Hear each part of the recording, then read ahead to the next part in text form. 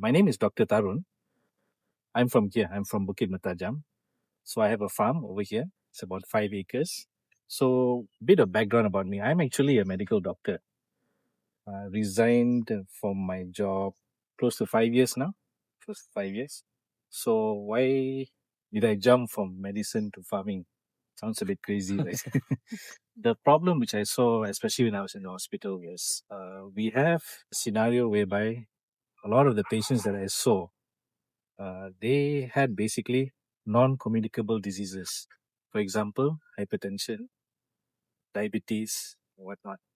So the patients, when they came, their scenario could actually be just tackled from diet and lifestyle, and also if they looked at exercising, basically.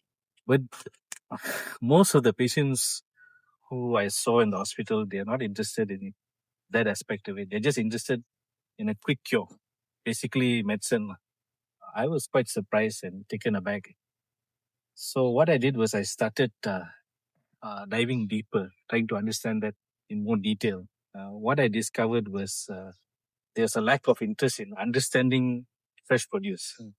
So what I started doing was I started going to farms, visiting different farmers, discussing with them, seeing what they do, and I was very appalled, shocked, because what I saw was quite scary. If you ask me, it's quite scary because what was especially interesting to me was the fact that they were using a lot of pesticides, and most of them didn't seem to know what exactly they were spraying. They're spraying them.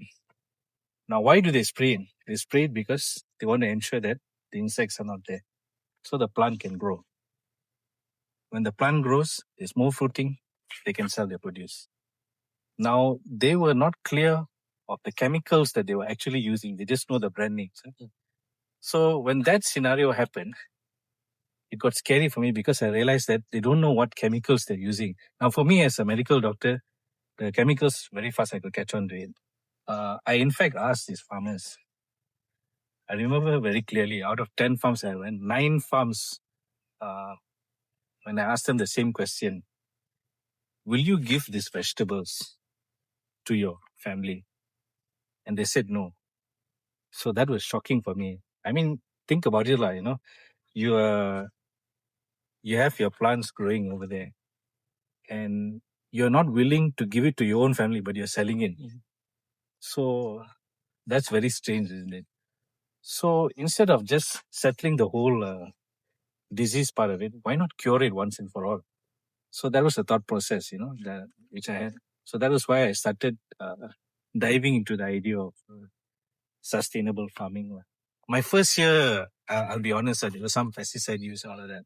But as the year has gone on, I've decreased to the point that this year, up to this month, I've basically not used any pesticides. It's all been just natural farming methods of taking care of these kind of scenarios and also focusing more on the soil. So that has really helped me. So with Think City, I applied to do a natural farming. We called it organic and sustainable farming course. The idea was basically to propagate an awareness about this kind of farming, basically.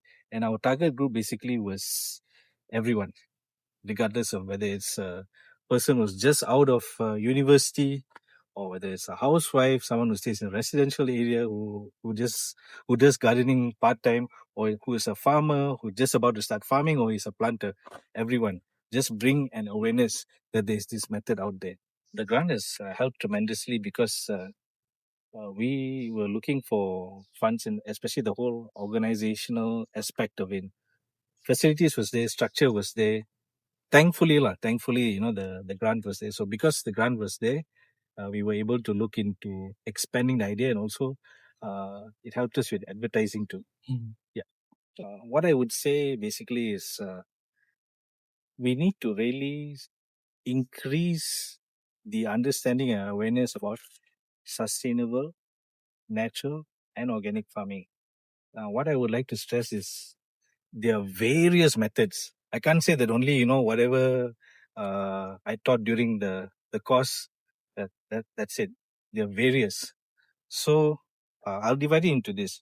for the average person with food security in mind, start considering this kind of practices and start your own garden or farm or whatever it is. We need more people on the ground, basically. Our food security is a big concern.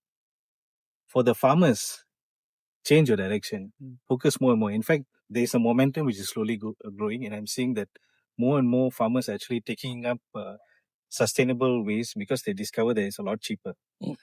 So the momentum is slowly picking up.